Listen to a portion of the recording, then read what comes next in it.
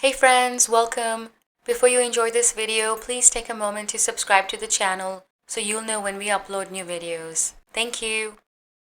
Anxiety is a normal human emotion. It's the body's way of reacting to stress. However, in some situations, anxiety becomes overwhelming. And social anxiety, also called social phobia, is intense anxiety or fear of being judged or rejected in social or public situations. And this disorder affects around 15 million American adults, which makes it one of the most common anxiety disorders and among the most prevalent mental health disorders. Many people are surprised that they have social anxiety.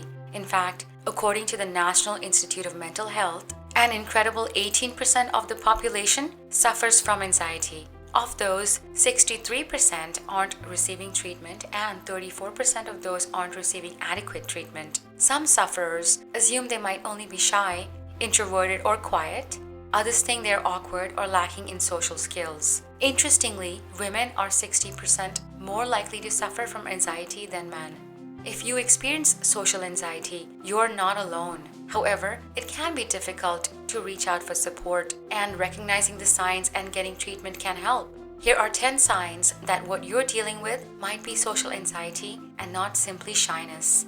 You fear social interactions. Individuals with social anxiety fear being judged or evaluated negatively by others. Each social interaction is another chance for a potential misstep, and oftentimes the individual has subconsciously declared the interaction a failure before it has even begun.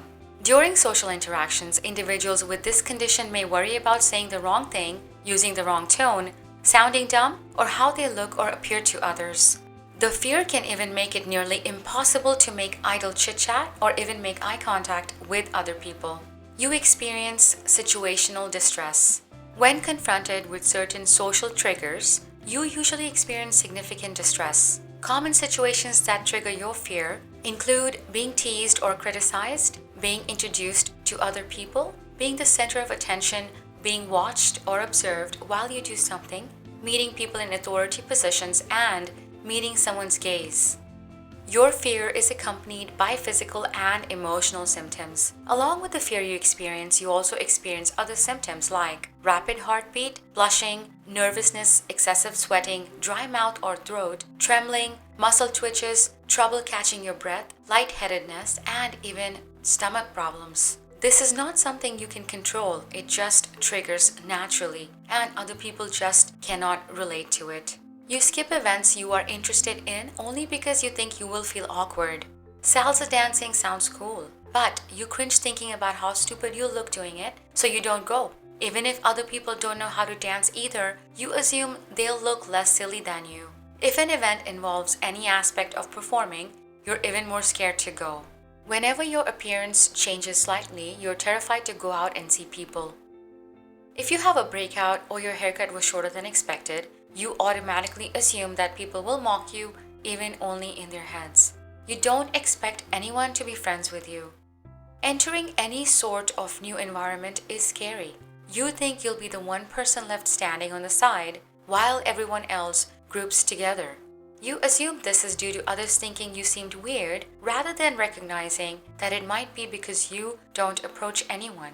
You have a million excuses for why you don't date. Although you may want a long-term relationship or even a short-term one, you have a list of reasons why dating isn't the right choice for you at the moment. Maybe next month when your job isn't so busy, or next year when you're done with grad school. You push down feelings of loneliness, thinking that this is what you ought to live with. You think your coworkers or classmates or friends secretly look down on you. They all seem to get along with each other. When you walk in the room, however, you could swear that they roll their eyes or pity you. You end up avoiding common areas like break rooms or dorm lounges, or again, just stand in the corner by yourself while everyone huddles in a group. You edit your social media updates endlessly before you post them. You're extremely worried about what people may think about what you post. You don't want to look stupid, uninformed, or desperate. You spend time picking out the right emoji and still end up thinking your social media posts are pretty pathetic.